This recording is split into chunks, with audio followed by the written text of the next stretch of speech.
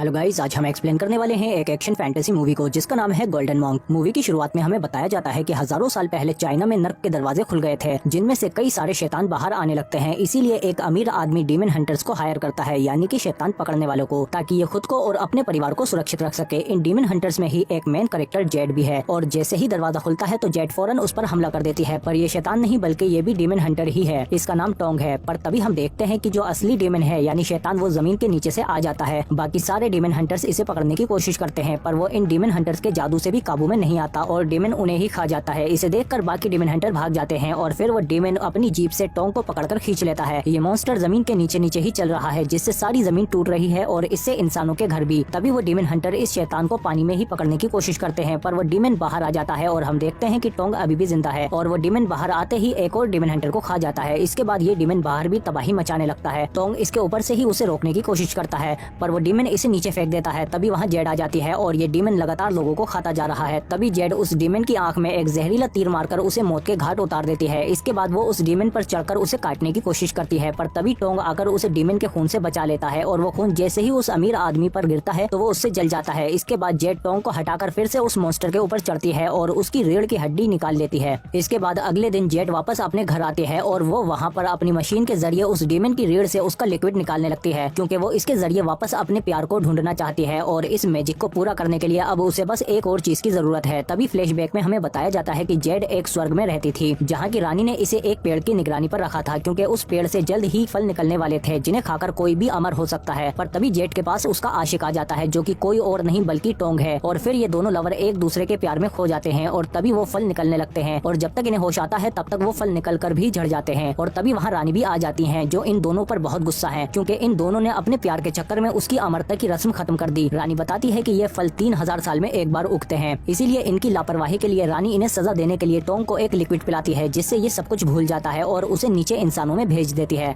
पर फिर जेड वो लिक्विड पीने से मना कर देती है, क्योंकि ये अपने प्यार को भूलना नहीं चाहती। इसीलिए वो खुद भी नीचे कूद जाती है, पर श्राप की वजह से ये अपनी अगली जिंदगी में नहीं जान पाएगी कि इसका लवर यानी प्यार कौन है। इसी वजह से जेड के कई सारे जन्म हुए, पर वो अपने प्यार तक नहीं पहुँच पाई। कई दफा तो उसका प्यार उसके दुश्मन के रूप में ही उसे मिला और इन दोनों ने एक दूसरे को ही मार दिया। और इसी तरह कई सदियों बाद जेड को एक ऐसा तरीका मिला जिससे वो अपने प्यार को पहचान सकती है। इसके बाद हम रात को जंगल में टोंग को देखते हैं, जो कि नशे में है, और यहीं से कई सारी खूबसूरत लड़कियां गुजर रही थीं, पर ये इंसान नहीं बल्कि शैतान है। ये टोंग को देखकर पहचान जाती हैं कि टोंग काफी पावरफुल है, क्योंकि वो उसके ऑरा को देख पा रही थी। तभी इनमें से एक लड़की टोंग को पहचान लेती है, क्योंकि काफी समय पहले टोंग जब एक ड्रैगन मॉन्स्टर से लड़ रहा था तो उसने उस बुरे ड्रैगन को बुद्धा के पैर के नीचे कैद कर दिया था। पर तभी वहाँ टोंग को उस ड्रैगन का एक बच्चा मिलता है, पर टोंग उसे मारने के बजाय उसे वहाँ से आजाद करके जंगल में छोड़ देता है। और वो छोटी सांप कोई और नहीं बल्कि यही लेडी थी, जिसकी बचपन में टोंग ने जान बचाई थी। इसके बाद ये तीनों लेडीज एक महल में आती हैं, जहां इनके पिता हैं, जो एक ड्रैगन डीमन है, और इन्होंने अपनी तीनों बेटियों को इंसानी राजा को मारने के लिए भेजा था, ताकि वो इनके जरिए इंसानों के राजा को मारकर इंसानों पर कब्जा कर सके। पर जैसे ही ये राजा को जहर देने की कोशिश करती हैं तो उनका पावरफुल ऑरा इन डीमंस को दूर फेंक देता है, क्योंकि ये एनर्जी शैतानों को राजा के करीब आने नहीं देती। इसीलिए ड्रैगन लॉर्ड प्लान बनाता है कि उस राजा को मारने के लिए हमें किसी इंसानी लड़की की जरूरत पड़ेगी जो इस काम को अंजाम दे सके। इसके बाद ये शैतानी लेडीज अपने असली रूप में आ जाती हैं और यह अपनी अमरता को बनाए रखने के लिए इंसानी बच्चों को खाती हैं। इसके बाद हम देखते हैं कि कुछ मॉन्क्स टोंग के बाल काटने की कोशिश करते हैं, पर टोंग के बाल स्ट्रेस में आते ही एकदम से हार्ड हो जाते हैं। मॉन्क बताते हैं कि तुम्हारे ऊपर किसी तरह का श्राप है, और जब टोंग गॉड्स की मूर्तियों के पास आता है तो वो उससे अपना मुंह मोड़ लेती हैं। इसके बाद टोंग मर्सी यानी दया की देवी के पास आता है, और जब टोंग उनसे प्रेयर करता है तो वो बताती है कि तुम्हें अपना अतीत जानने के लिए तुम्हें एक आंख वाले शैतान को मारना होगा। तभी वहाँ कुछ सिपाही आ जाते हैं और वो मॉन्क को मारने लगते हैं, जिससे मॉन्क भी अपने मॉन्स्टर वाले रूप में आ जाता है और उन सिपाहियों को दूर फेंक देता है।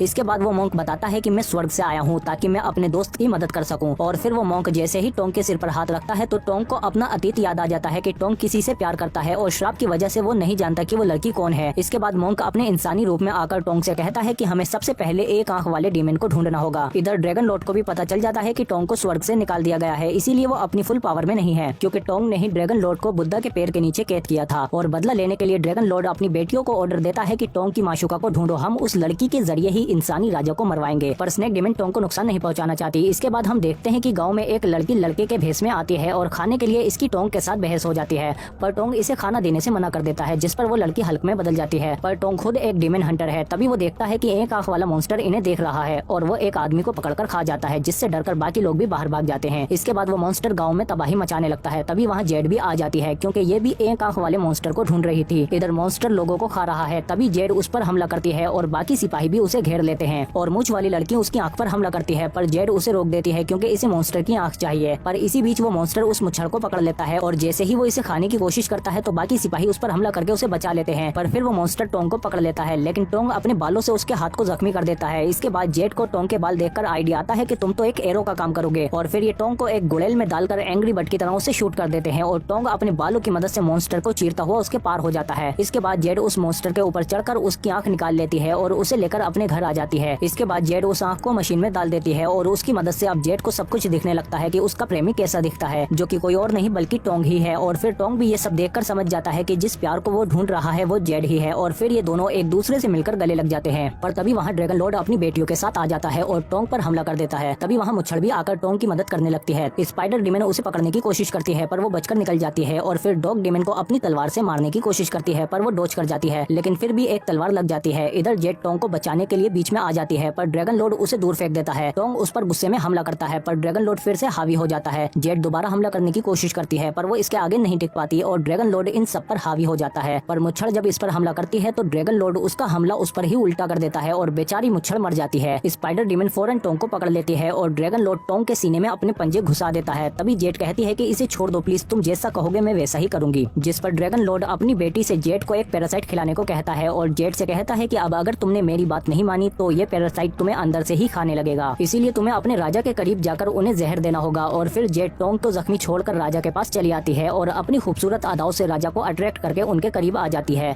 इधर टोंग बहुत ही ज्यादा जख्मी हालत में है, पर तभी वहाँ ड्रैगन लॉर्ड की बेटी स्नेक डीमन आ जाती है और टोंग को बचाने के लिए अपनी स्पिरिचुअल एनर्जी दे देती है। इधर जैसे ही जेड राजा को जहर दे रही होती है तो बीच में अपना मन बदल लेती है और उसे रोक लेती है और राजा को सारी सच्चाई बता देती है। ये देखकर ड्रैगन लॉर्ड गुस्से में ड्रम बजाने लगता है, जिससे वो पैरासाइट जेड को अंदर से ही खाने लगता है। तभी राजा को मारने के लिए स्पाइडर डीमन वहाँ आ जाती है पर सिपाही उसे घेर लेते हैं, लेकिन स्पाइडर डीमन इन सबको मार देती है और फिर अपने राजा को बचाने के लिए पूरी सेना महल में आ जाती है। पर तभी वहाँ ड्रैगन लॉर्ड भी आ जाता है और अपनी शक्तियों का इस्तेमाल करके सिपाहियों को धूल बनाकर खत्म कर देता है। इधर स्पाइडर डीमन राजा को पकड़ लेती है पर तभी वहाँ टोंग आ जाता है और राजा को बचा लेता है। पर फिर स्पाइडर डीमन टोंग पर हमला करती है, लेकिन टोंग उसे रोककर अपनी तलवार से स्पाइडर डीमन के टुकड़े कर देता है। तभी ड्रैगन लॉर्ड के पास मोंक आ जाता है और उसे मारने की कोशिश करता है पर वो इसके आगे नहीं टिक पाता। तभी वहाँ टोंग भी आ जाता है, लेकिन ड्रैगन लॉर्ड इसे भी दूर फेंक देता है और फिर जब जेड ड्रैगन लॉर्ड पर हमला करती है तो वो इस पर एक जानलेवा हमला कर देता है। इसके बाद मोंक ड्रैगन लॉर्ड पर दोबारा हमला करता है तो वो उसे भी दूर फेंक देता है, लेकिन फिर ड्रैगन लॉर्ड देखता है कि मोंक ने उसे बहुत ज्यादा जख्मी कर दिया है, इसीलिए ड्रैगन लॉर्ड अपनी बेटी से उसकी स्पिरिचुअल एनर्जी देने को कहता है, पर वो बताती है कि उसने वो तो टोंग को दे दी, जिस पर ड्रैगन लॉर्ड को बहुत गुस्सा आता है। इधर टोंग देखता है कि जेड की हालत भी बहुत खराब है और वो कहती है कि मैं अगले जन्म में तुम्हें फिर से ढूंढ लूंगी, और फिर हम देखते हैं कि जेड भी मर जाती है। तभी आसमान में से कोई एनर्जी आने लगती है। इधर ड्रैगन लॉर्ड भी एक बड़े से ड्रैगन में बदल जाता है। स्नेक डीमन समझ जाती है कि खुद को ठीक करने के लिए ये उसे खाने वाला है, इसीलिए वो भागने की कोशिश करती है,